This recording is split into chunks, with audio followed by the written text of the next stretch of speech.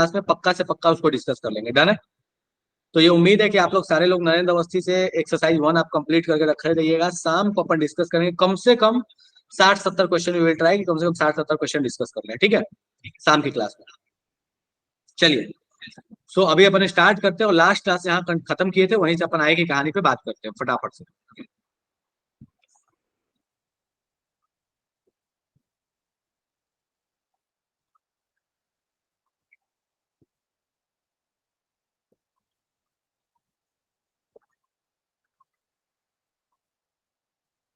Okay, so last class में इन सारी चीजों पे बात कर चुके थे।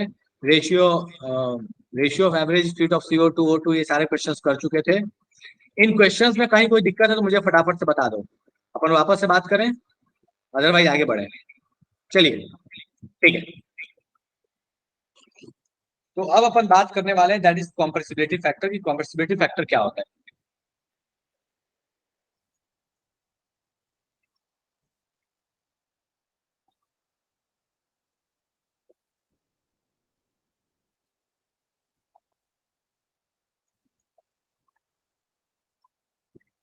देखिए, कॉम्प्रेसिबिलिटी फैक्टर का मतलब होता है ये वो फैक्टर जो ये बता रहा हो कि कोई भी गैस कितनी किस हद तक कंप्रेस की जा सकती है बाय अप्लाइंग प्रेशर।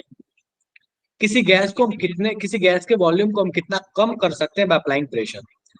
ये किसके रिस्पेक्ट में बताता है, तो आइडियल गैस के रिस्पेक्ट में बताता है कि भैया आपके पास रियल गैस को आप कितना कंप्रेस कर सकते हैं। मतलब मोटे मोटे तौर पर अगर मैं बात बोलूं तो किसी खास प्रेशर और टेम्परेचर पे जो रियल गैस का वॉल्यूम है अपॉन जो आइडियल गैस का वॉल्यूम है, इसी रेशियो को बोला गया है कॉम्प्रेसिबिलिटी फैक्टर। मतलब मान लिया कि 1 atm प्रेशर जो है अगर वो लगाऊंगा मैं, मेरे पास 1 मोल अगर गैस है और मेरे पास टेम्परेचर 0 डिग्री सेल्सियस है, तो मेरे पास वॉल्यूम ऑफ गैस आना चाहिए था 22.4 लीटर।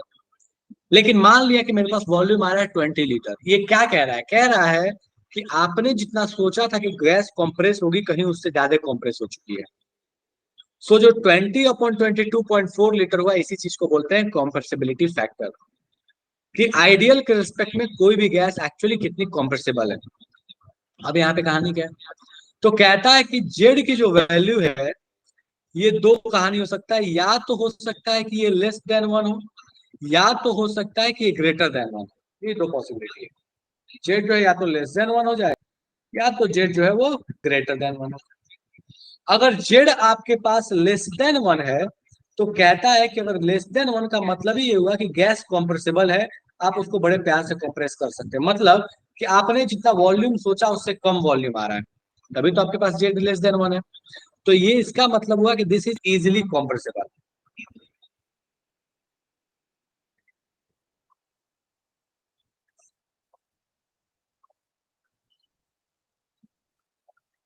इसका मतलब हुआ नॉट कॉम्प्रेसिबल इजिली।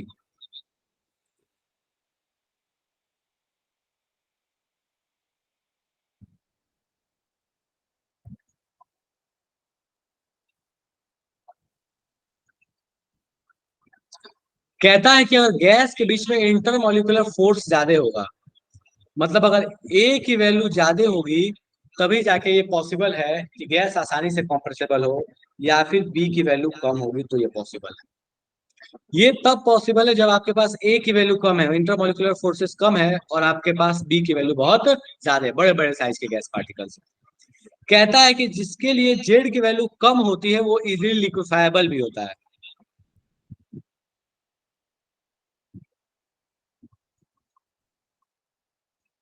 ये पहले भी पढ़ चुके हैं कि जितना कम जेड की वैल्यू, उतना ही आसानी से गैस लिक्विफाइबल। इस टर्म को अगर एक जेड का वैल्यू एक से कम होता है तो इसको बोलते हैं ये निगेटिव डेविएशन है। और कहता है कि अगर जेड की वैल्यू एक से ज्यादा है तो दिस इज पॉजिटिव डेविएशन। ठीक है, तो ये आपके पास कहानी हुई कि भैया जेड होता क्या है और जेड का क्या फिजिकल सिग्निफिकेंस है। अब जरा इसको अलग तरीके से हम देखने का प्रयास करते हैं। तो देखो, अगर हम चाहें तो हम इसको ऐसे भी तो लिख सकते हैं जेड को, V real upon V ideal की जगह पे हम चाहें तो हम लिख सकते हैं NRT/P। कोई बहुत बड़ी बात तो है नहीं। आइडियल है, उसमें पीवी क्वेश्चन लगा सकते हैं। सो यहां से अपने पास आ जाता है P V real upon n R T. तो जेड का एक और भी फॉर्मूला बन के मिल जाता है, that is PV upon n R T, जहाँ पे वी आपके पास क्या होना चाहिए, रियल होना चाहिए, और पी जो होना चाहिए वो ऑब्जर्व होना चाहिए। तो ये भी एक फॉर्मूला आपके पास आ गया। और अगर जेड की वैल्यू 1 हो गई तो आपको समझ लेना है कि वो आइडियल गैस है। अगर जेड की वैल्यू आपके पास 1 हो जाएगी तो इसका मतलब आपके पास हुआ कि पीवी बराबर एनआरटी हो जाएगा। आप ऊपर वाले इक्वेशन से चेक कर सकते हैं कि जेड की वैल्यू 1 पे पीवी इक्वल टू एनआरटी हो जाता है। ठीक है, तो ये आइडियल गैस होगी।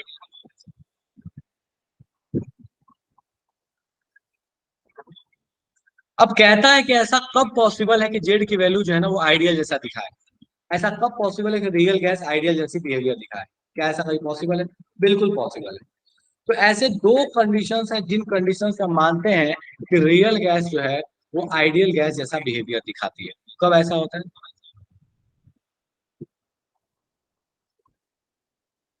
तो ये पहले भी बात कर चुके थे।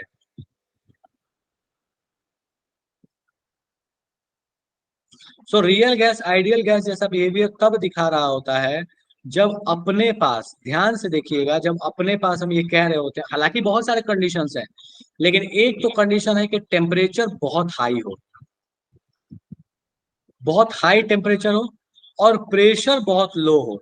इन दोनों कंडीशन में जो रियल गैस होता है वो आइडियल जैसा बिहेवियर दिखाता है। तो कहता है क्या है कि इन दोनों कंडीशंस में बताइए कि आपके पास जेड की वैल्यू क्या होगी। तो हमें पता है इन दोनों केसेस में जेड की वैल्यू 1 होगी। लेकिन अगर मान लो कि टेम्परेचर मॉडरेटली हाई है और प्रेशर मॉडरेटली लो है तो क्या होगा? तो जब टेम्परेचर मॉडरेटली हाई होता है तो उस केस में मानते हैं कि ए जो है वो लगभग इग्नोरेबल होता है, और यहाँ पे जो है वो बी को मानते हैं लगभग इग्नोरेबल। ये हमने वैंडरवाल के टाइम में पढ़ लिया था। सो कहता है क्या है कि अगर मॉडरेटली हाई है मॉडरेटली लो है तो उस केस में क्या होगा? तो उसके लिए जेड की वैल्यू बताइए। चलिए, तो अपन जरा सोचते हैं इसके बारे में। Z eight moderate high temperature, ये याद रखिएगा, वेरी हाई टेम्परेचर नहीं बोला। वेरी हाई टेम्परेचर बोल देगा तब तो सीधे सीधे बन हो जाएगा क्योंकि आइडियल गैस बन जाएगा। मॉडरेटली हाई बोलता है। सो जैसे ही मॉडरेटली हाई बोल रहा हूं मैं, तो मुझे ये समझ लेना होगा कि यहाँ पे ए की वैल्यू 0 मान लेंगे, और ए की वैल्यू जब 0 मानेंगे तो हम जेड की वैल्यू निकालने का प्रयास करते हैं क्या होगा। और ये जेई का है वो पुराना क्वेश्चन है, नीट में भी इसको रिपीट किया गया है। तो हमें पता है इक्वेशन की P N square by V square into, एक second.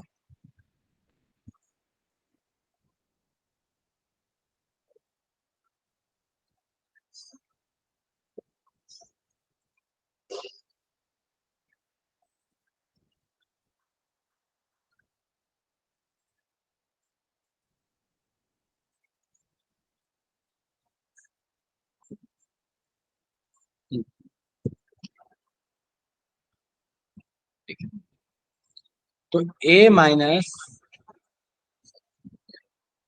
B minus N B ये बराबर हो जाता है एनआरटी के। ठीक है, और चूंकि हमें पता है कि ए की वैल्यू 0 है, तो P into b minus N b जो है ये बराबर होगा एनआरटी के। सो यहाँ से अगर हम चाहें तो हम इस इक्वेशन को ऐसे भी लिख सकते हैं, पीवी अपॉन एनआरटी, इस एनआरटी को नीचे डिवाइड कर दिया, यहाँ पे भी डिवाइड कर दिया, तो b upon R T equals to 1।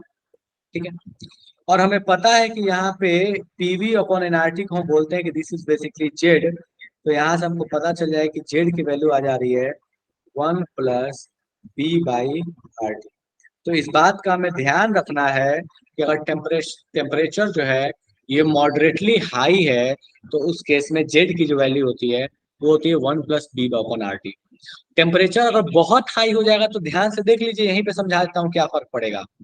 Temperature बहुत हाई हो जाएगा तो आप यहाँ टी बहुत ज्यादा रखिएगा तो ये पूरी पूरी वैल्यू लगभग 0 हो जाएगी।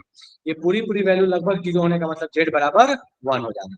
तो मॉडरेट हाई पे तो Z plus 1 b by R T होगा, लेकिन टेम्परेचर अगर बहुत हाई हो गया तो यहाँ पे जेड की वैल्यू 1 हो जाएगी। उसी तरीके से कहता है कि अगर आपके पास प्रेशर लो है तो लो प्रेशर का मतलब हो गया कि बी की वैल्यू लगभग जीरो। और अगर बी की वैल्यू लगभग जीरो हो गई आपके पास, तो आपके पास कहानी बन जाएगा P minus n square by V square. और बी जीरो हो गया तो वी माइनस एन बी यहाँ पे जीरो हो जाएगा equals to n R T. तो यहाँ से आप एक बात देख सकते हैं कि आपके पास एनआरटी को इधर लाके डिवाइड करो, वी से अंदर मल्टीप्लाई कर लो, तो ये बन जाएगा PV upon nRT minus a n upon R T V equals to one. ठीक है, तो इस इक्वेशन को थोड़ा सा और रीअरेंज कर लेते हैं। तो जेड बराबर आ जाएगा one plus n upon R T V. ठीक है, तो ये आपके पास कहानी हो गई। तब जब अपने पास बी की वैल्यू जीरो हो, मतलब प्रेशर बहुत लो हो। तो ये दो केसेस बड़े फेमस है, बड़े एग्जाम में पूछे भी जाते हैं कि बताइए लो प्रेशर हाई प्रेशर पे जेड की वैल्यू क्या होगी। इन दोनों डेरिवेशंस में कोई दिक्कत है तो फटाफट से बताओ, अपन बात करें वरना आगे बढ़े जल्दी से।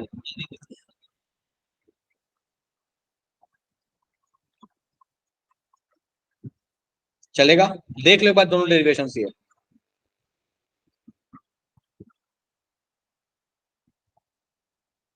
सॉर्टेड है। चलो बढ़िया बढ़िया। ठीक है, नेक्स्ट। ठीक है, नेक्स्ट आता है।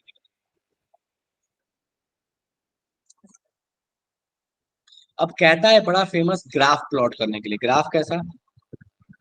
सो कहता है बताइए जेड वर्सेस पी का ग्राफ कैसा होगा। देखो, जेड की वैल्यू यहाँ पे वन के लिए मैंने एक स्ट्रेट लाइन ड्रॉ कर लिया। कहता है कि अगर आपके पास कोई गैस है जिस गैस का टेम्परेचर टी है, और मानते हैं कि वो लो प्रेशर पे, अपने पास ऐसी कहानी है कि जब प्रेशर उसकी लो है तो वो अपने पास रियल गैस बिहेवियर दिखा रहा है, जिस केस में जेड की वैल्यू एक से कम है लो प्रेशर पे। हमको पता भी है यहाँ पे कि जेड से अगर यहाँ पे कम हो गया तो ये पॉसिबिलिटी है कि भैया यहाँ पे अगर जेड की वैल्यू एक से कम हो गया, सॉरी प्रेशर की वैल्यू एक से कम हो गया, क्या बोलो, प्रेशर बहुत लो है तो जेड की वैल्यू एक से कम भी पॉसिबल है। ठीक है, तो यहाँ पे कहानी ऐसी है कि ये ग्राफ कुछ इस तरीके का प्लॉट होगा। मतलब ऐसे समझो कि इस रेंज में वो इजिली कॉम्प्रेसेबल है और इस रेंज में इजिली कॉम्प्रेसेबल नहीं है क्योंकि जेड की वैल्यू एक से ज्यादा है। ये वाला पॉइंट वो है जहां पे अपने पास आइडियल गैस जैसा बिहेवियर दिखा रहा है। अब मान लेते हैं कि अगर ये टेम्परेचर टी पे प्लॉट किया हुआ ग्राफ है, तो होगा क्या कि अगर आप टेम्परेचर को बढ़ाइएगा तो ये ग्राफ जो है थोड़ा थोड़ा इस तरीके से शिफ्ट होते जाता है। मतलब ये जेड की वैल्यू वन के पास आते जाता है। ध्यान से देखोगे तो लेफ्ट साइड वाला पोर्शन जहाँ पे एक से काफी नीचे था वो भी एक के पास जा रहा है, और जहाँ एक से ऊपर था वो भी एक के पास जा रहा है। ठीक है, तो इस यही कहानी अपने पास होती है जेड के लिए, तब जब अपने पास टेम्परेचर को इंक्रीज कर रहे होते हैं, T1 less than T2 less than T3। मतलब तीन अलग अलग टेम्परेचर पे जेड की वैल्यू, जैसे जैसे आप टेम्परेचर को बढ़ाते हैं जेड की वैल्यू वैसे वैसे क्या होती जाती है, कमती जाती है, एक के पास आती जाती है। तो यही आपके पास ग्राफ देखने को मिलता है जेड का with respect to pressure. Ideal gas होगा तो जेड का प्रेशर के साथ कैसा हो जाएगा, हॉरिजॉन्टल लाइन। जेड का मतलब क्या होता है, पीवी अपॉन एनआरटी। हो सकता है बहुत बार आपको जेड ना देके पीवी अपॉन एनआरटी भी लिख के दे दे। चलिए, यही वाली कहानी है। अब यहाँ पे अलग अलग गैस के लिए जेड की वैल्यू दी है, वो सेम गैस के लिए अलग अलग टेम्परेचर था, अभी अलग अलग गैस के लिए जेड की वैल्यू। जैसे देखो, हाइड्रोजन के लिए सीधे ऊपर गया, हीलियम के लिए ऊपर गया, नाइट्रोजन के लिए नीचे आके ऊपर गया। क्यों ऐसा, तो देखो हाइड्रोजन और हीलियम के अंदर में क्या है ना, कि फोर्स ऑफ अट्रैक्शन जो है, that is London force of dispersion या वेंड्रोवाल बोल लो, तो वेंड्रोवाल फोर्स ऑफ अट्रैक्शन जो है वो बहुत ज्यादा स्ट्रांग नहीं होता। लेकिन नाइट्रोजन CO2 इनमें स्ट्रांग आ रहा है। क्यों, क्योंकि इनका मास भी बहुत ज्यादा है, और CO2 में भी तो थोड़ा बहुत पोलर नेचर है, थोड़ा ऐसा ही सही है, ओवरऑल न्यूट्रल है, बट थोड़ा तो पोलर नेचर है क्योंकि ऑक्सीजन के ऊपर निगेटिव चार्ज आता है। तो इस वजह से क्या होता है ना कि ये एक्सपेक्टेड से कम वॉल्यूम दिखा पाते हैं, इनको कंप्रेस करना कंपैरेटिवली आसान होता है। इसलिए लो प्रेशर पे ये थोड़ा जेड की वैल्यू वन से कम होती है और फिर ऊपर चले जाते हैं। लेकिन हाइड्रोजन और हीलियम शुरू से ही वन से ऊपर होते हैं क्योंकि इनके बीच में फोर्स ऑफ अट्रैक्शन जो है वो लगभग ना के बराबर हम मान के चल रहे होते हैं। और ये ग्राफ बड़ा इंपॉर्टेंट है, बहुत बार ऐसे ग्राफ बना के दे देगा, इसी में अमोनिया आ जाएगा, तो अमोनिया कहानी क्या होगी, वो भी ऐसे जाएगा क्योंकि वहां पे फोर्स ऑफ अट्रैक्शन है। HCl गैस आ जाएगा, वो भी ऐसे जाएगा क्योंकि वहां पे भी फोर्स ऑफ अट्रैक्शन है। लेकिन वहीं पे नियन आ जाएगा तो ऊपर चला जाएगा क्यों? क्योंकि भैया वहां पे फोर्स ऑफ अट्रैक्शन बहुत ना के बराबर है। तो इस चीज को हमें ध्यान रखना है कि फोर्स ऑफ अट्रैक्शन अगर ना के बराबर हुआ तो सीधे ऊपर भागेगा, अगर वर्क करता होगा तो पहले नीचे आएगा और फिर ऊपर जाएगा। ठीक है। नेक्स्ट कहानी है that is liquefaction of gas. ये लास्ट टॉपिक है इस चैप्टर का।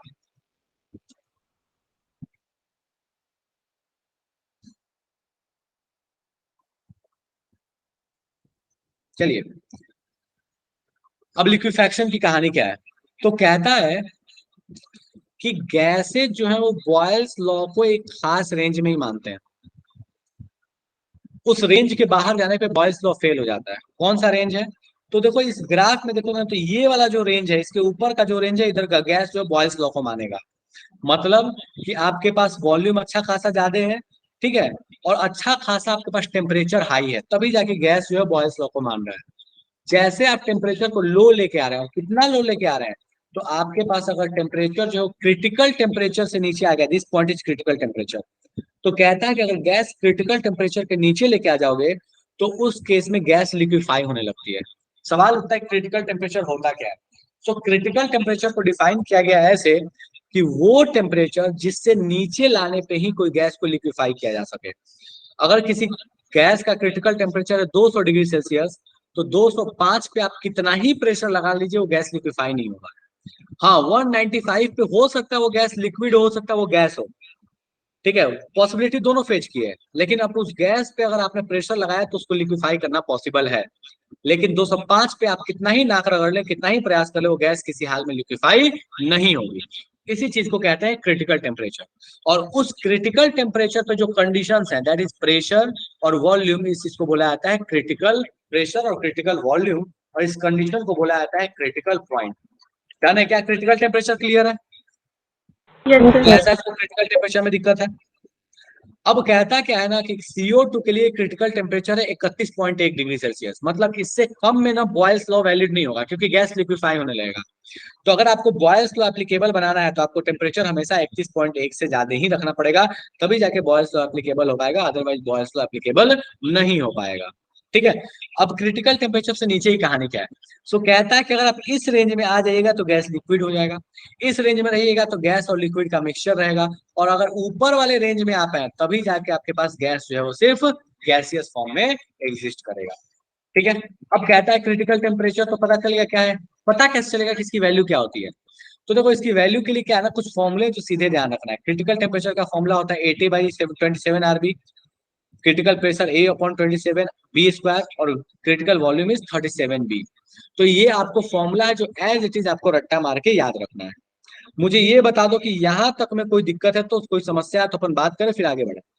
ये वेपर की कहानी है कि वेपर प्रेशर क्या होता है। वेपर का मतलब क्या होता है? वेपर का मतलब होता है कि वो गैसियस फेज जो क्रिटिकल टेम्परेचर से नीचे में एग्जिस्ट कर जाए, उस गैसियस फेज को बोलते हैं वेपर। अब ऑब्वियस ही कहानी है कि अगर अट्रैक्शन बहुत कम होगा तो वेपर बहुत आसानी से बनेगा, वेपर प्रेशर ज्यादा होगा। क्रिटिकल अगर हम मान लो कि टेम्परेचर जो है उसको बहुत कम नहीं करें, अगर टेम्परेचर बहुत कम नहीं करेंगे तो होगा क्या कि गैस की काइनेटिक एनर्जी कम नहीं होगी, काइनेटिक एनर्जी कम नहीं होगी तो उसको लिक्विफाई करना कभी भी आसान नहीं होगा। यही सारी कहानी इसमें लिखी हुई है थियरीज के फॉर्म में। डन है? एक बार देख लो, समझ लो, कोई दिक्कत लगे तो पूछो, फिर क्वेश्चंस करेंगे। हो सकता है थोड़ा सा स्पीडली जा रहा हूँ मैं, और थोड़ा लेट क्लास स्टार्ट भी हुई है और लास्ट क्लास हो नहीं पाई है, तो मैं चाह रहा हूँ कि थोड़ा सा चीजें आगे बढ़ जाए। स्टिल अगर लगे कि कोई चीज फास्ट आया तो बता दो मुझे। डन है क्या?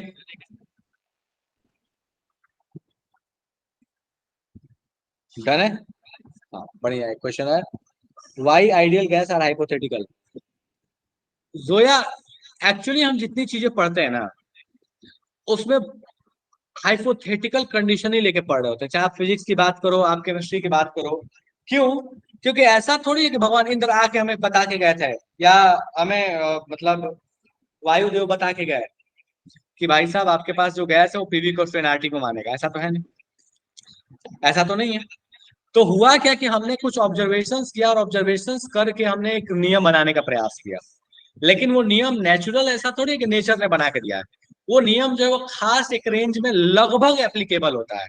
तो आप जितने भी बॉयल्स लॉ, चार्ल्स लॉ पढ़ते हैं ना, वो पूरे तरीके से एप्लीकेबल होता ही नहीं है। वो एक लगभग वो लगभग एप्लीकेबल होता है इन अ स्पेसिफिक रेंज। अब चूंकि वो स्पेसिफिक रेंज जो है ना, उसी के लिए हम मान लेते हैं कि भैया वो आइडियल रेंज है अपने पास, उसमें एप्लीकेबल है, काम खत्म। उसके अलग अगर उसके ऊपर या नीचे गया तो हम बोलते हैं कि उसमें मॉडिफिकेशन करना पड़ेगा। लेकिन ये सारे नियम नेचर ने तो बना के हमें नहीं दिए, ये तो हमने खुद ऑब्जर्व करके बनाया है। और ऑब्जर्वेशन तो अलग अलग केस में अलग अलग वेरिएशन दिखा सकता है। जरूरी थोड़ी है, मान लो एक मैं ग्राफ प्लॉट कर दूं किसी ए और बी के बीच का। देखो ध्यान दो, कोई भी चीज, कोई भी दो पैरामीटर ए और बी है मान लो। हो सकता है कि ए और बी के बीच में जो ग्राफ प्लॉट होता हो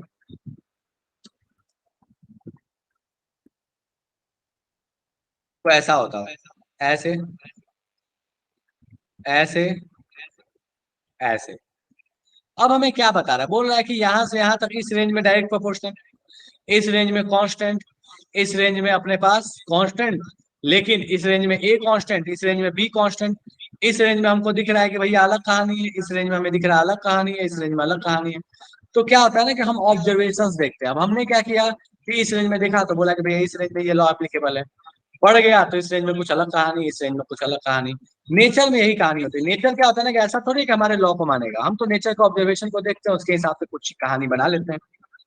अब प्रोजेक्टाइल ही पढ़ते हैं तो क्या प्रोजेक्टाइल प्रैक्टिकली एप्लीकेबल है? 100% नहीं एप्लीकेबल है ना। हम फिजिक्स में पढ़ते हैं कि भैया 1 किलो का कोई भी सामान ऊपर से नीचे फेंकोगे सेम टाइम में नीचे आएगा। आता है क्या? कॉटन को फेंको और लोहा को फेंको तो आता है? दोनों नहीं आता ना। बट पॉइंट वही है कि हम आइडियल कंडीशंस को मान के चलते हैं, क्योंकि रियल कंडीशंस अप्लाई करना, कैलकुलेशंस करना is very difficult in this standard, जिस क्लास में आप हैं। बाकी आप जब सीनियर क्लासेस में जाइएगा तो सारी चीजें आ जाती हैं, फिर ड्रैग व्रैग जितने भी तरह का रियल कंडीशन है सब पढ़ते हैं। और उससे पहले आइडियल तो समझना पड़ेगा ना। ओके, इस वीक गैसेस स्टेट का टेस्ट नहीं है। आज था एक्चुअली, इस वीक इक्विलिब्रियम का टेस्ट है, और इक्विलिब्रियम कल से अपन स्टार्ट करेंगे, और इक्विलिब्रियम काफी छोटा चैप्टर है तो बड़े आराम से खत्म भी हो जाएगा। गैसेस स्टेट का टेस्ट अगले वीक में मैं रखवा दूंगा, जिसमें इक्विलिब्रियम और गैसेस दोनों आ जाएंगे, ठीक है? चलेगा? चलो ठीक है। तो एक क्वेश्चन है यहाँ पे, इस क्वेश्चन को देखो फटाफट से, मुझे बताओ कि सॉल्व होगा कि नहीं होगा। इस क्वेश्चन को देखो और मुझे बताओ जल्दी से। बोलता है कि बताइए value of TC for the few gases.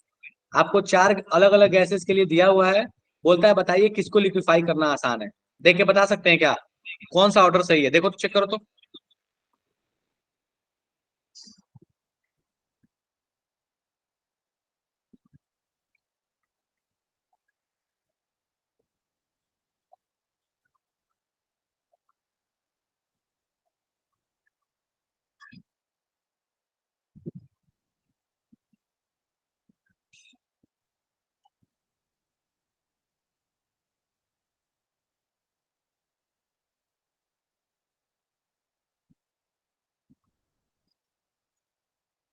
देखो फटाफट से चेक करो। क्रिटिकल टेम्परेचर का ऑर्डर दिया है, बोला किसको लिक्विफाई करना है, कितना। देख लेते हैं ना, बोलो नहीं आंसर, बोलो नहीं बाबू। सॉल्व करो, सॉल्व करके आराम से बैठो।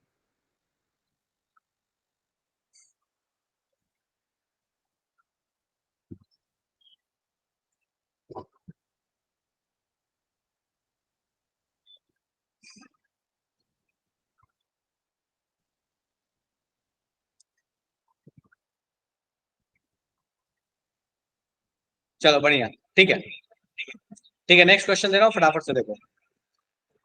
ठीक है, ठीक है।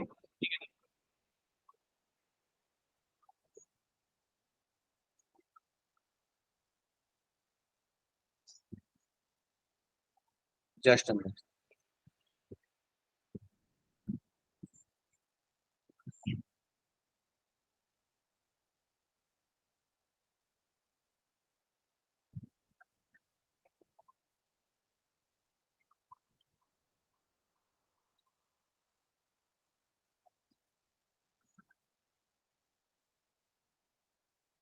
ये दोनों क्वेश्चन तो लास्ट क्लास में करवा दिया था, ठीक है।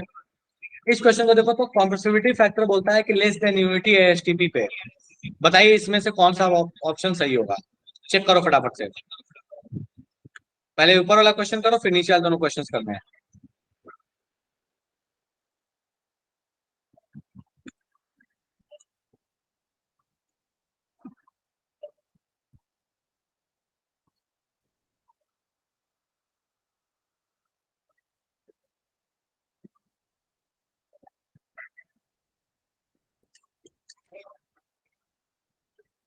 बोलता है कॉम्प्रेसिबिलिटी फैक्टर जो है लेस देन यूनिटी, एक से कम है, तो एसटीपी पे कौन सा ऑप्शन करेक्ट होगा?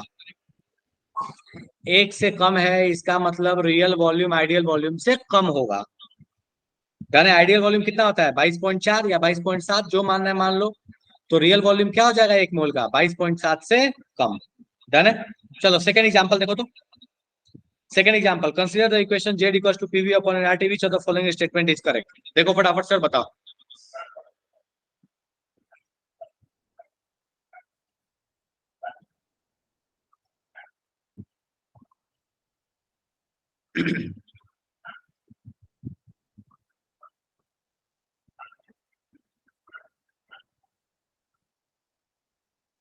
एग्जाम्पल नंबर 2 देखो। बढ़िया पूजा, बहुत अच्छे, बहुत अच्छा। तो हमें दिख रहा है कि अगर जेड की वैल्यू एक से ज्यादा होगी तो रियल गैस को कंप्रेस करना आइडियल के कंपैरिजन में मुश्किल होगा। एग्जाम्पल नंबर 3 देखो। एग्जाम्पल नंबर 3 जल्दी जल्दी देखो, फटाफट से करते हैं इसको सॉल्व।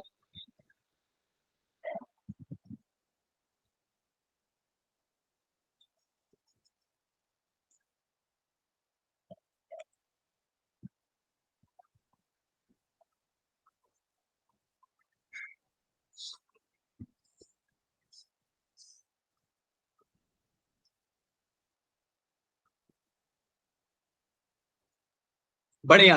बोलता बॉयल्स टेम्परेचर क्या है? बॉयल्स टेम्परेचर वो टेम्परेचर जहां बॉयल्स लॉ एप्लीकेबल हो सके, सीधा मतलब है, एकदम सिंपल भाषा में।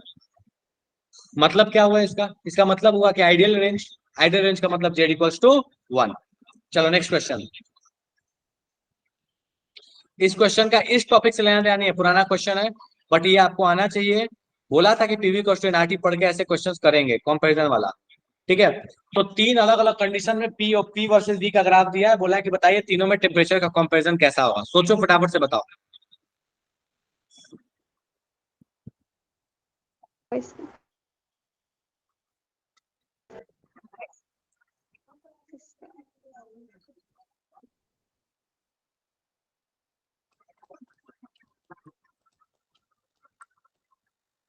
बहुत लोग गलत कर रहे हैं इसको।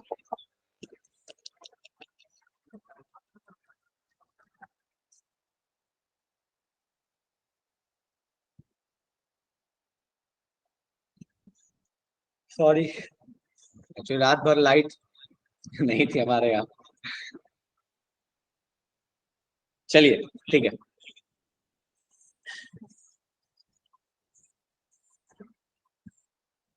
सॉल्व करने का प्रयास करते हैं।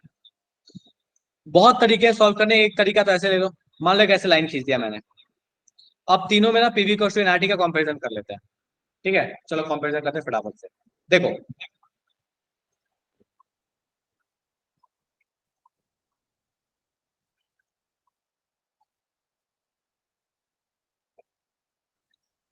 अब तीनों में क्या कंपैरिजन है? वॉल्यूम तीनों में सेम है, पीवी इक्वल टू एनआरटी लिख लिया।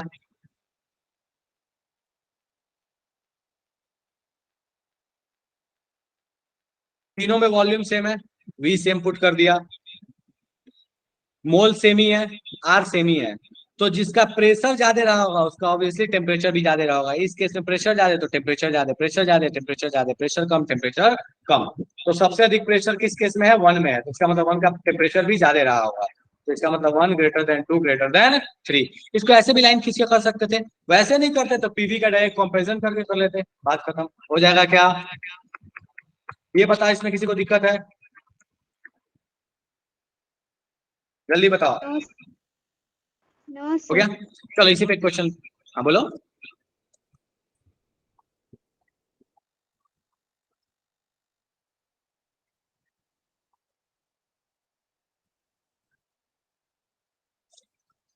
चलो इस क्वेश्चन को सॉल्व करने का प्रयास कीजिए। बोलता है consider the graph Z versus P का। बोला है किसको लिक्विफाई करना आसान होगा? जस्ट अभी थोड़ी देर पहले आपसे बात कर रहा था मैं। चेक करो और बताओ क्या पॉसिबिलिटी है। जेड की वैल्यू 1 कब होती है? जब अपने पास ए की वैल्यू ज्यादा है, मतलब लिक्विफाई करना आसान हो। इतना हिंट कर दिया, करो चेक।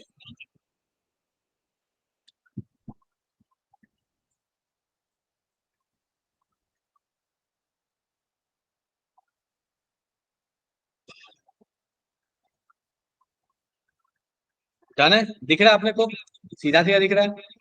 CO2 CH4 N2H2, क्यों?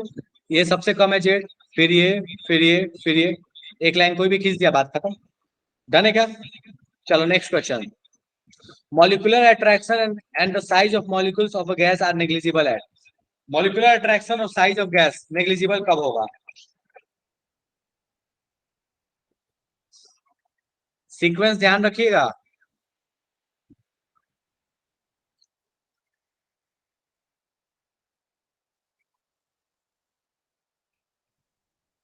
कौन से कंडीशन में? तो that is high temperature and low pressure. यही दो ऐसे कंडीशन है जहां पे मॉलिक्यूलर अट्रैक्शन और साइज ऑफ गैस मॉलिक्यूल जो होते हैं वो नेग्लिजिबल होता है। डन है? तो या गलत है? टेम्परेचर हाई होना चाहिए, प्रेशर लो होना चाहिए।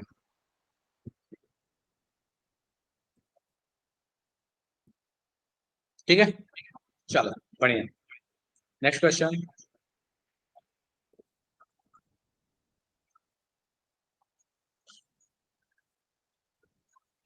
एक सेकंड।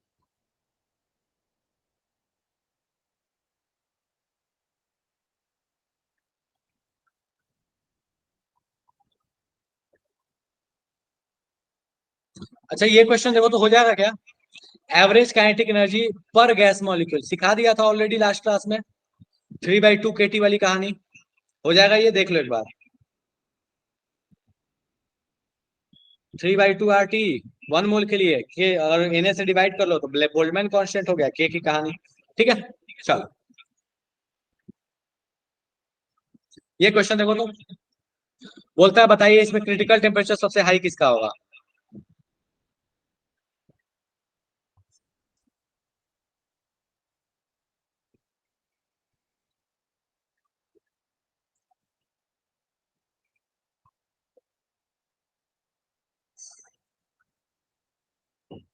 सबसे हाई क्रिटिकल टेम्परेचर किसका होगा, फटाफट से देखो।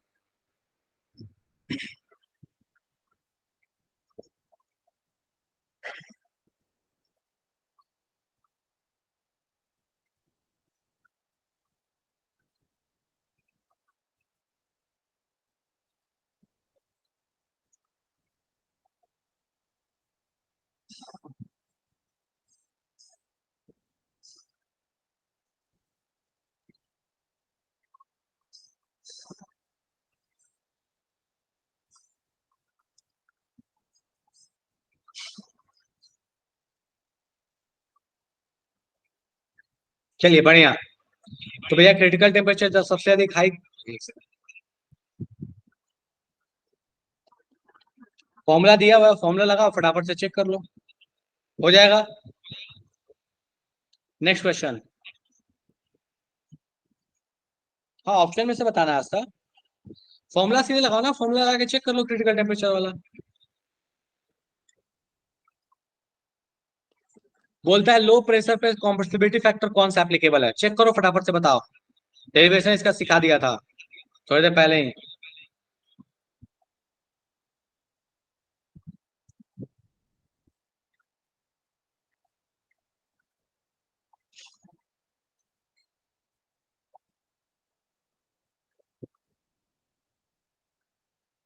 देखो अब यही क्वेश्चन तुम्हारा जेई का पूछा हुआ भी है।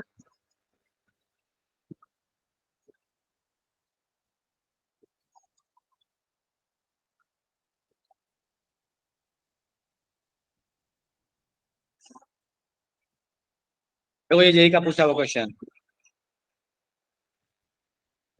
ठीक है, सेम वही कहानी है।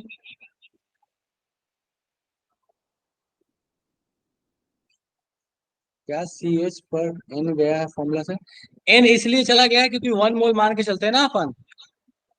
एन क्यों इग्नोर्ड है? क्योंकि हम मान के चलते हैं अपने पास गैस क्या है, 1 मोल, बट हम जब फॉर्मूला डिराइव करते हैं तो हम क्यों इग्नोर करके चले? मोल सारा है तो आ रहा है। हो सकता है मोल से वेरिएशन दे देगा, तब क्या करोगे? ठीक है,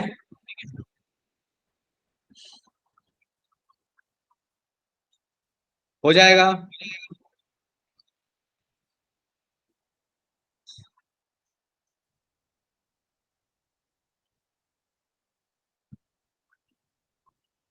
देख लो एक बार अच्छे से, कोई दिक्कत लगे तो पूछ लो। चलो नेक्स्ट। एक और भारी क्वेश्चन चाहिए मेन का। देखो फटाफट से, तो कितना भारी क्वेश्चन है। कह रहा बताइए, P equals to n R T upon V minus N b minus n square by V square वाली कहानी है। बोलता है ये PV equals to n R T कब होगा। देखो, सोचे पहले ही इस क्वेश्चन को किए थे।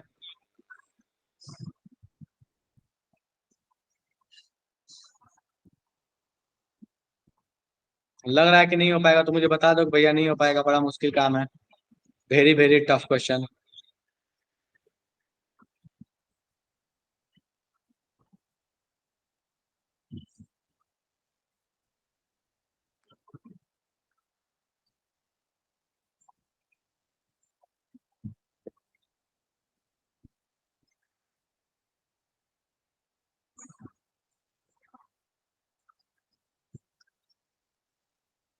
हो जाएगा।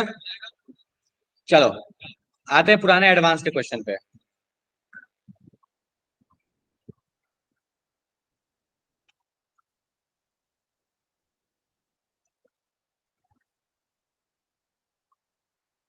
ये एडवांस का क्वेश्चन है। जल्दीबाजी मत सॉल्व करने लगना, आराम से देखो, प्यार से सॉल्व करो। बोलता है बताइए, इनमें से कौन सा वॉल्यूम वर्सेस टेम्परेचर का जो ग्राफ है वो आपको लगता है 2002 का पूछा हुआ क्वेश्चन है। करो फटाफट से सॉल्व।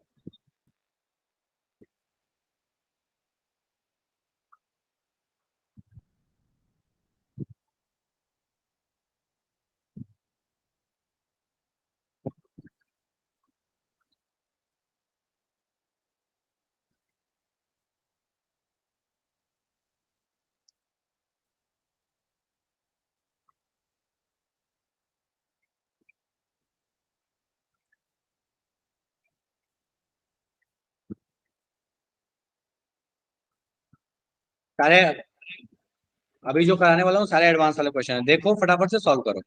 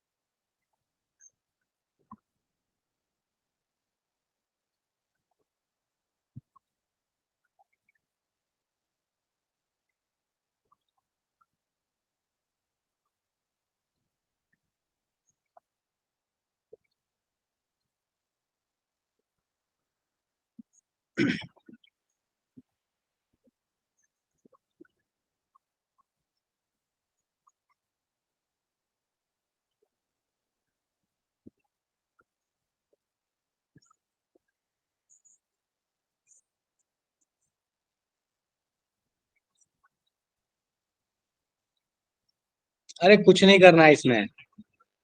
ठीक है, पीवी क्वेश्चन दो केस में लगा लेना है, बात खत्म है।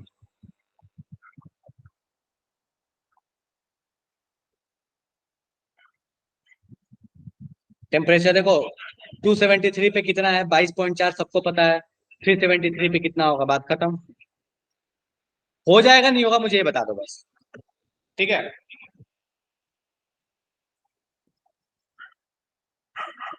हो जाएगा ना।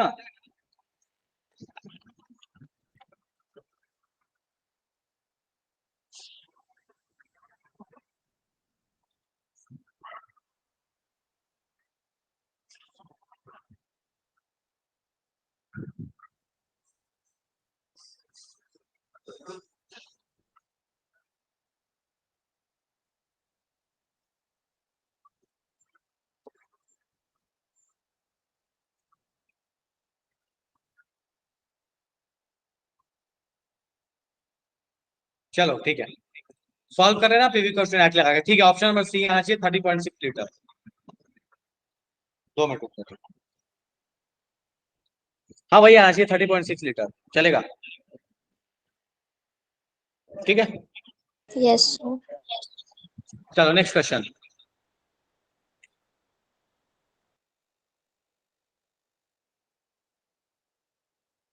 ये 2006 का पूछा हुआ क्वेश्चन है। जेड का ग्राफ दिया हुआ है पी के साथ, बोलता है इनमें से इनकरेक्ट स्टेटमेंट कौन सा होगा। सोचो आराम से।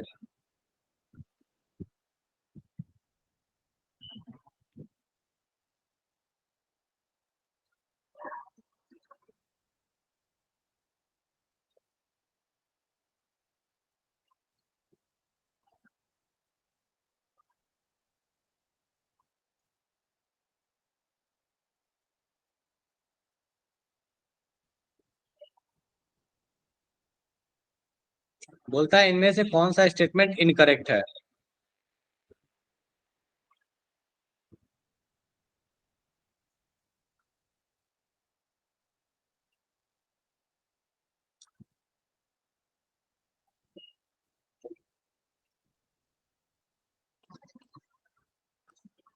बढ़िया निशा।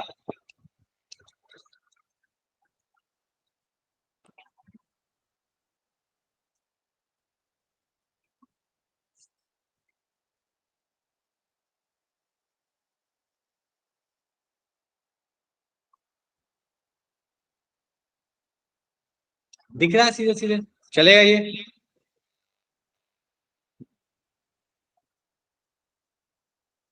बढ़े आगे। नेक्स्ट।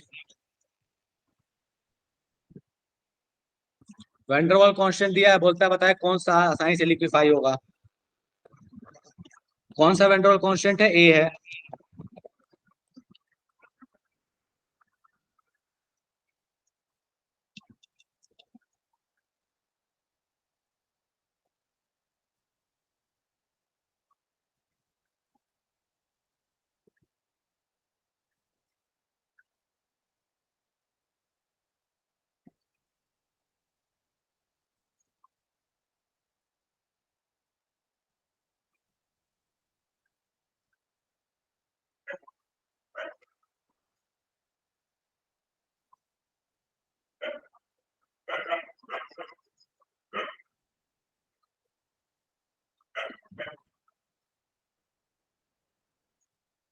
हो जाएगा।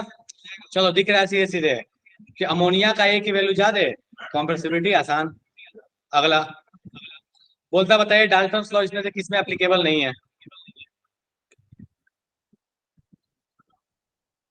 डाल्टन लॉ एप्लीकेबल तभी नहीं होगा जब रिएक्शन होता होगा। दोनों क्वेश्चन है। पहले ऊपर वाला करो, फिर नीचे वाला। दिख रहा है सीधे सीधे, अमोनिया और HCl रिएक्ट कर जाएगा। ये क्वेश्चन अच्छा है, क्वेश्चन नंबर 40।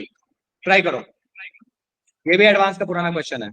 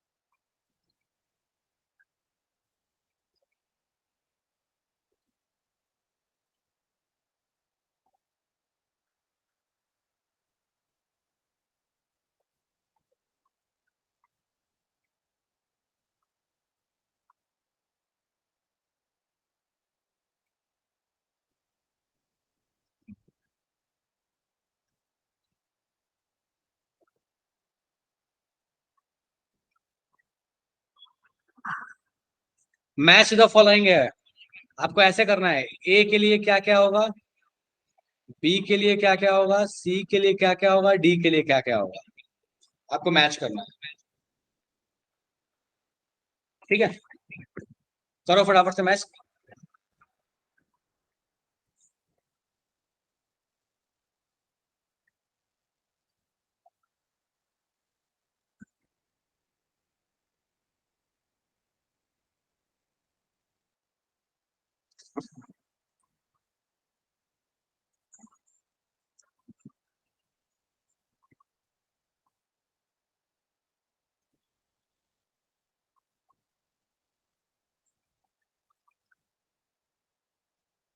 अच्छा क्वेश्चन है, टाइम टेकिंग हो सकता है, करो।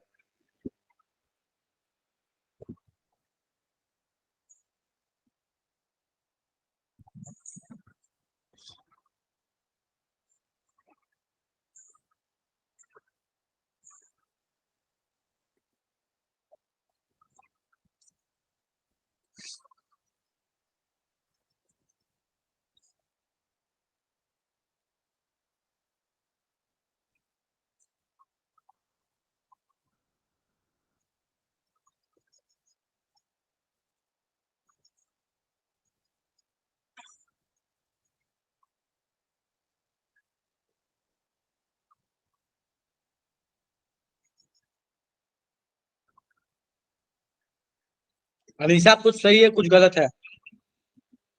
रुक जाए एक मिनट मैं देख लेता हूँ।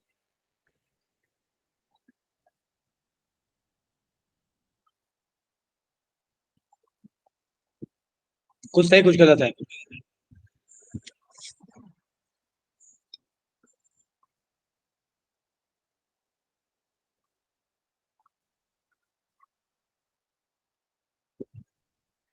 मल्टीपल हो सकता है, मतलब ऐसा है ना कि ए के लिए हो सकता है कि दो सही हो, बी के लिए हो सकता है कि दो सही हो, ये दोनों, सी के लिए हो सकता है तीन सही हो, मल्टीपल हो सकता है। बढ़िया आकाश, वेरी गुड। चलो एक तो सही बताया, पहला वाला सही है।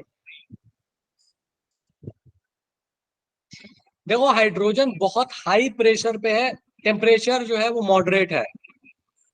बहुत हाई प्रेशर पे तो ये तो क्लियर है, कॉम्प्रेसिबिलिटी फैक्टर एक तो नहीं होगा। और अगर बहुत हाई प्रेशर का मतलब होता है कि टेम्परेचर भी बहुत हाई है, और टेम्परेचर भी बहुत हाई है, इसका मतलब वहां पे ए क्या हो जाएगा, इग्नोर हो जाएगा। तो P V minus N b क्या हो जाएगा, एनआरटी के बराबर हो जाएगा, ठीक है।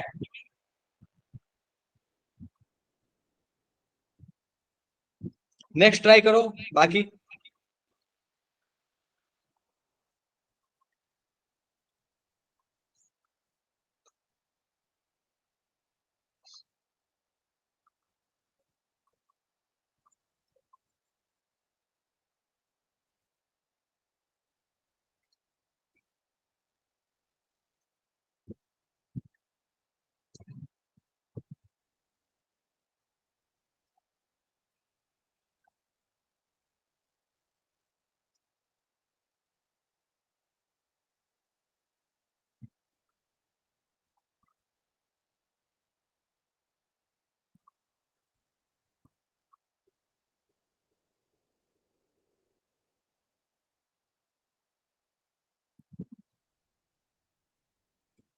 करो फटाफट से, 1 मिनट और, 1 मिनट और फिर मैं बता दूंगा सोल्यूशन।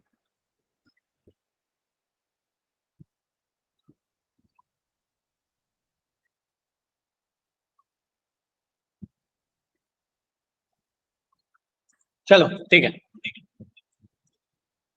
तो देखो एक ही तो कहानी हो गई, पी एंड एस। इस पे आता है hydrogen gas, pressure zero, pressure zero मतलब आइडियल वाली कहानी आपके पास होने लगी है, ठीक है। टेम्परेचर 273, मतलब उससे फर्क नहीं पड़ता, अगर प्रेशर जीरो मतलब वॉल्यूम बहुत ज्यादा है, और वॉल्यूम बहुत ज्यादा है मतलब रियल गैस किसके साथ बिहेव करेगा, आइडियल जैसा बिहेव करेगा। और वो भी ग्राफ भी याद करो ना, तो इस ग्राफ में तुम देखो अगर प्रेशर जीरो था तो जेड की वैल्यू क्या आ रही थी, 1 आ रही थी। यहाँ पे था ना ऐसा ग्राफ, ठीक है। तो आपके पास बी के लिए क्या हो जाएगा, आर हो जाएगा, PV equal to R T. ये होगा नहीं, ये होगा नहीं, ये होगा नहीं, डन है क्या। चलो बढ़िया आकाश। CO2 के लिए आते हैं। CO2 में अट्रैक्टिव फोर्स तो रहेगा ही रहेगा। चलो, कॉम्प्रेसिबिलिटी फैक्टर एक से कम या ज्यादा जो भी होना होगा, बराबर तो ना होगा, 180 प्रेशर और कुछ टेम्परेचर है तो। नेक्स्ट क्या आता है, अट्रैक्टिव फोर्स डोमिनेट करेगा, करेगा ही, क्योंकि हमें याद है कि ग्राफ में हमने देखा था कि ऐसे जाता है CO2 के लिए, मतलब अट्रैक्टिव फोर्स डोमिनेट करता है, प्रेशर लो होता है, तो हमें दिख रहा है।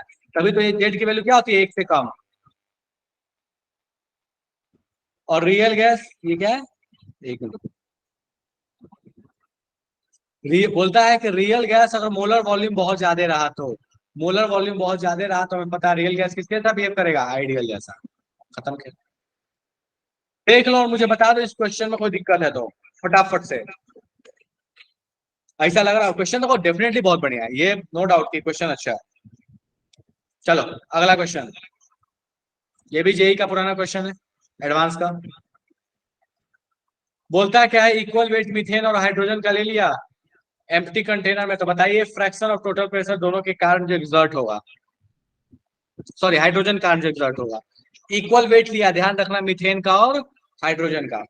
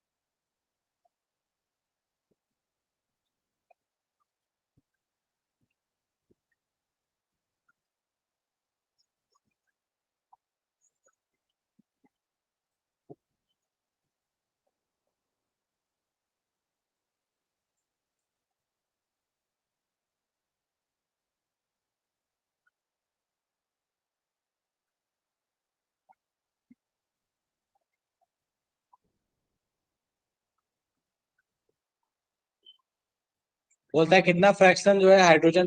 देखो फ्रैक्शन ऑफ प्रेशर का मतलब यही हुआ, देख लो इधर, Ph2/Pt। ये क्या होगा, मोल फ्रैक्शन ऑफ H2 के बराबर। तो मोल फ्रैक्शन ऑफ H2 आपको चाहिए, सीधा बात ये है।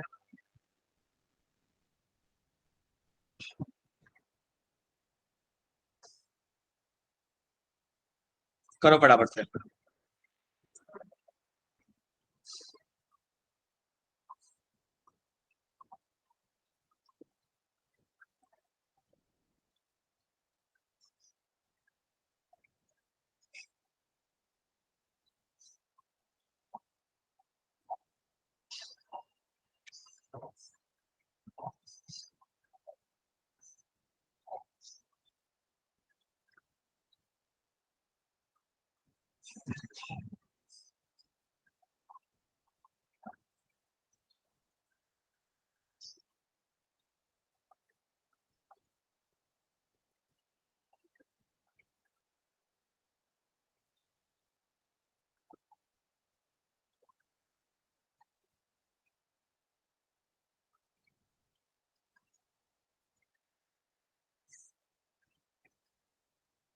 ऐसा क्यों लग रहा है गड़बड़ कर रहे हो?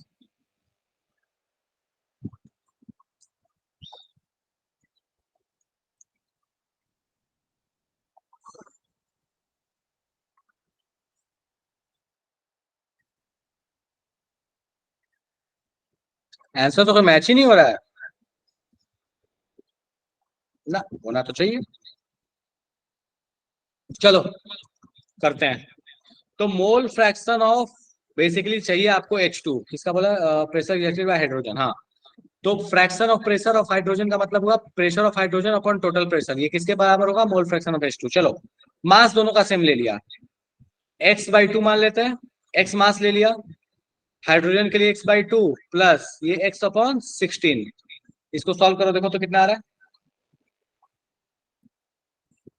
है। x मान लिया मास, ठीक है, दोनों का इक्वल वेट माना है, दोनों का x मान लिया, x गया आपके पास, 1/2 अपॉन 1/2 प्लस 1/16। सॉल्व करके जल्दी से बताओ कितना आ रहा है।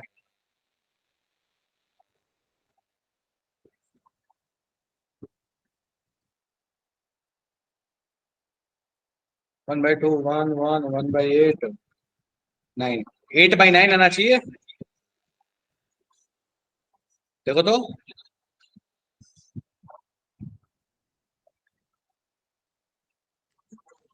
दो या फिर से चेक करो।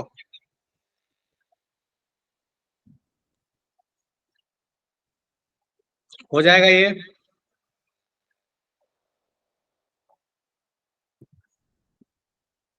सारे लोग एक बार चेक कीजिए, लगे फटाफट से, कोई दिक्कत तो बताइए फिर आगे बढ़े।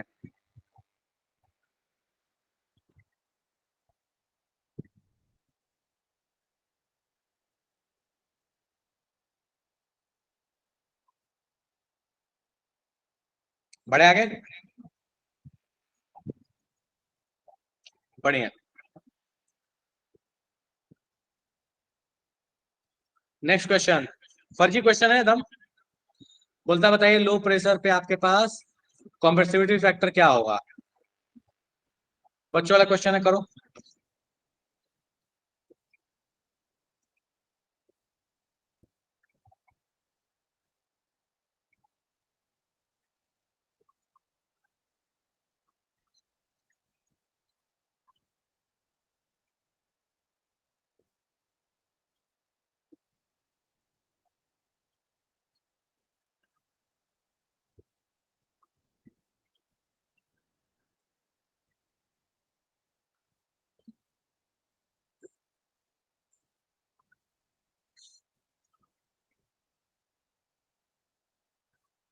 चलो फर्जी क्वेश्चन हो जाएगा, इस क्वेश्चन को करो। बोलता है मोनोएटॉमिक गैस है। मोनोएटॉमिक का मतलब क्या हुआ, डिग्री ऑफ फ्रीडम 3, 3/2 RT लगेगा आपका। ठीक है, डाई एटॉमिक होता है 5 लगा लेते हैं। करो इसको सॉल्व। बोलता है मोनोएटॉमिक गैस है, काइनेटिक एनर्जी है, तो बताइए रिलेशन आपका एनर्जी और RMS में क्या होगा।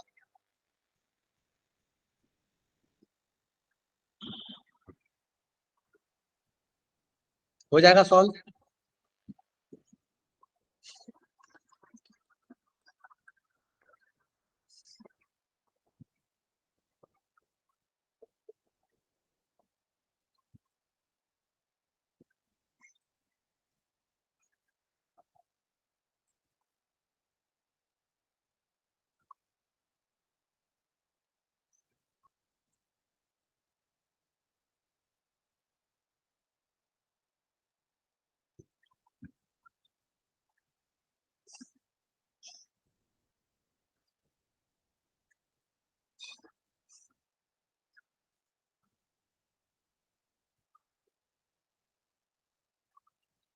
मैं बता दूं एक बार, चलो।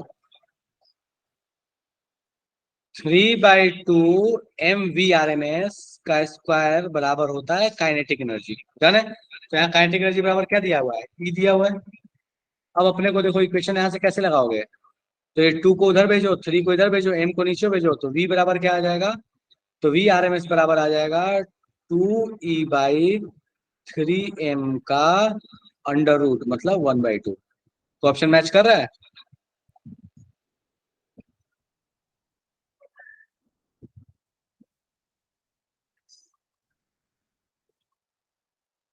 कोई ऑप्शन नहीं मैच कर रहा है। 2e/m मिसिंग है एक्चुअली, मिसिंग है इसमें। ठीक है, ये देना चाहिए था, मोनोएटॉमिक दिया ना, तो 3 होना चाहिए था, 3 यहाँ पे मिसिंग है। हाँ, ये एक्चुअली यहाँ पे क्या था ना, इस ऑप्शन में होना चाहिए था यहाँ पे 2, ये 2 मिसिंग है। ठीक है, चलो ठीक है, कोई बात नहीं, एरर है वो, टाइपिंग एरर है ये थोड़ा। ठीक है, डन है। चलो नेक्स्ट क्वेश्चन।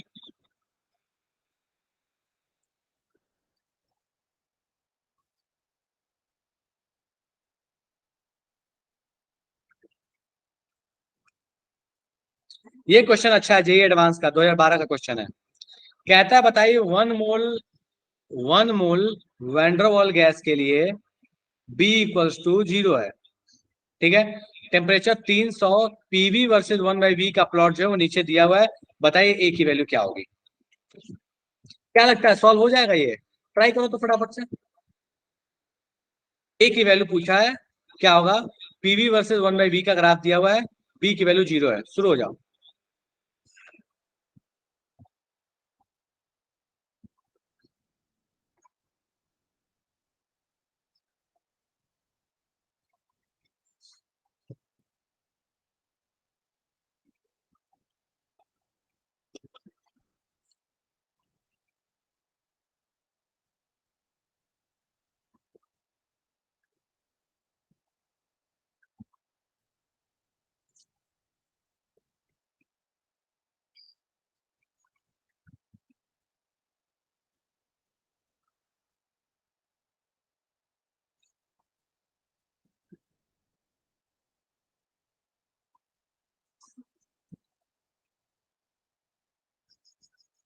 अगले क्लास में अपन एटॉमिक स्ट्रक्चर डिस्कस करेंगे और फिर इक्विलिब्रियम स्टार्ट करेंगे।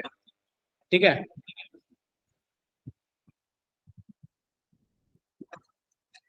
जो यार आंसर याद नहीं, मुझे देखना पड़ेगा चेक करके, सॉल्व करके देखना पड़ेगा, ऐसे याद नहीं है आंसर इसका।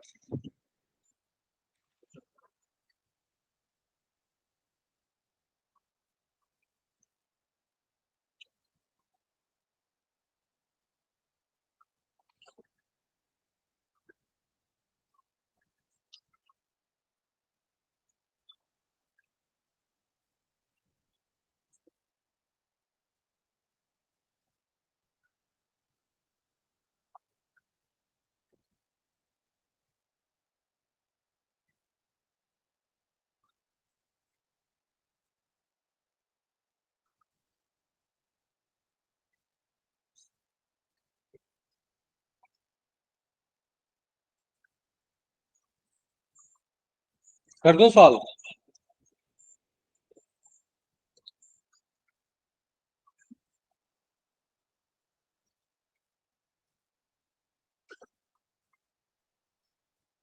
चलो ठीक, ठीक है जी, मैं हेल्प करता हूँ।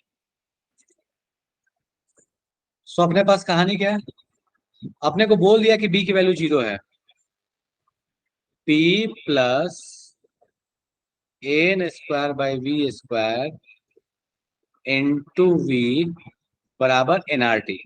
एनआरटी दिया हुआ है। अब एनआरटी का तो लोड है नहीं, क्योंकि एन हमको 1 ही मानना है। तो एन 1 मानना है, तो अपने पास यहाँ से कुछ कुछ चीजें उड़ा देते हैं, तो यहाँ से तो इसको उड़ाते हैं, ये 1 है। और आरटी में भी यहाँ पे बस हम आरटी लिख लेते हैं, कोई दिक्कत नहीं है। चलो, अब अपने को ग्राफ दिया है पीवी वर्सेज 1/v का। ठीक है, तो इस v को मल्टीप्लाई करते हैं पहले अंदर में, तो ये p जब अंदर v के साथ मल्टीप्लाई हो जाएगा तो ये बन जाएगा पीवी प्लस ए, ये इसके साथ मल्टीप्लाई होगा तो A by V equals to R T. तो पीवी बराबर हो जाएगा R T minus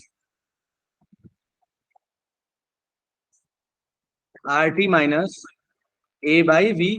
A by V को लिख सकते हैं ए वन बाई वी। अब यहां ध्यान दो, पीवी दिया वाई एक्सिस पे, ये हो गया वाई, ये हो गया आपका intercept that is C minus A. और देखो एक्स एक्सिस पे आपके पास जो दिया हुआ है that is one by V दिया हुआ है। तो ये वन बाई वी की जगह पे क्या हो गया एक्स। ठीक है, तो आपको दिख रहा है कि यहाँ पे ये जो स्लोप है that is minus A. Slope minus A का मतलब क्या हुआ कि भैया आपके पास वाई बाई एक्स, अभी ये स्ट्रेट लाइन है, स्ट्रेट लाइन में स्लोप क्या हो जाएगा वाई बाई एक्स।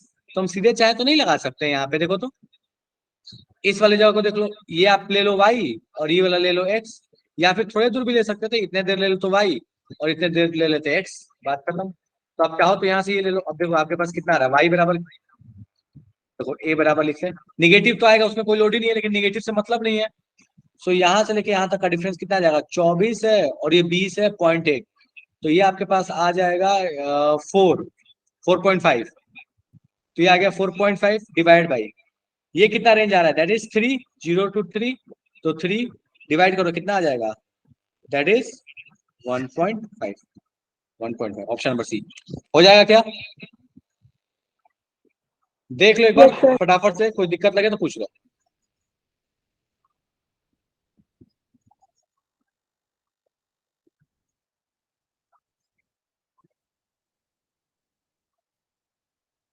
बढ़िया है।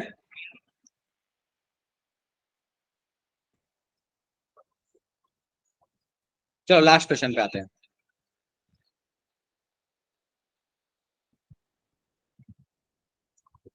ये भी एडवांस का क्वेश्चन है, काफी भारी क्वेश्चन है। तो हो जाएगा सॉल्व ये।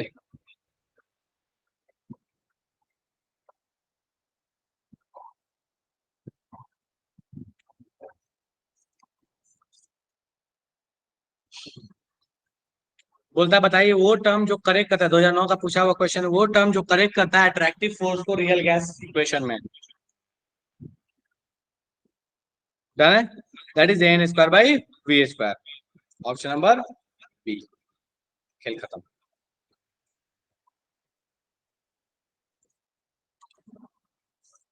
डन है, यहां तक में कोई भी क्वेश्चन, कोई ऐसी चीज जो आपको लगता है समझ में नहीं आया तो जल्दी से बता दो, अपन वापस से बात करें। सर यही वाला मेरे को नहीं आया, ये कैसे आ गया? नहीं नहीं आया फिर से मैं समझाता हूँ, ध्यान दो।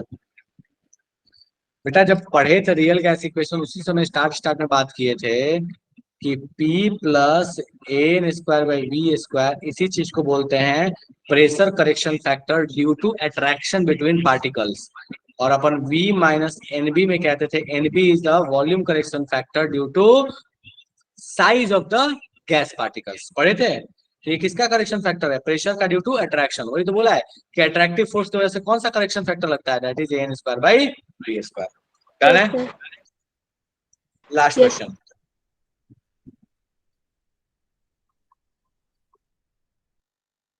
मुझे देख के बताओ फटाफट से क्वेश्चन सॉल्व हो जाएगा नहीं होगा। बोलता है आरएमएस वेलोसिटी डेंसिटी से कैसे प्रोपोर्शनल होता है, इतना फर्जी क्वेश्चन है एडवांस का। हो जाएगा,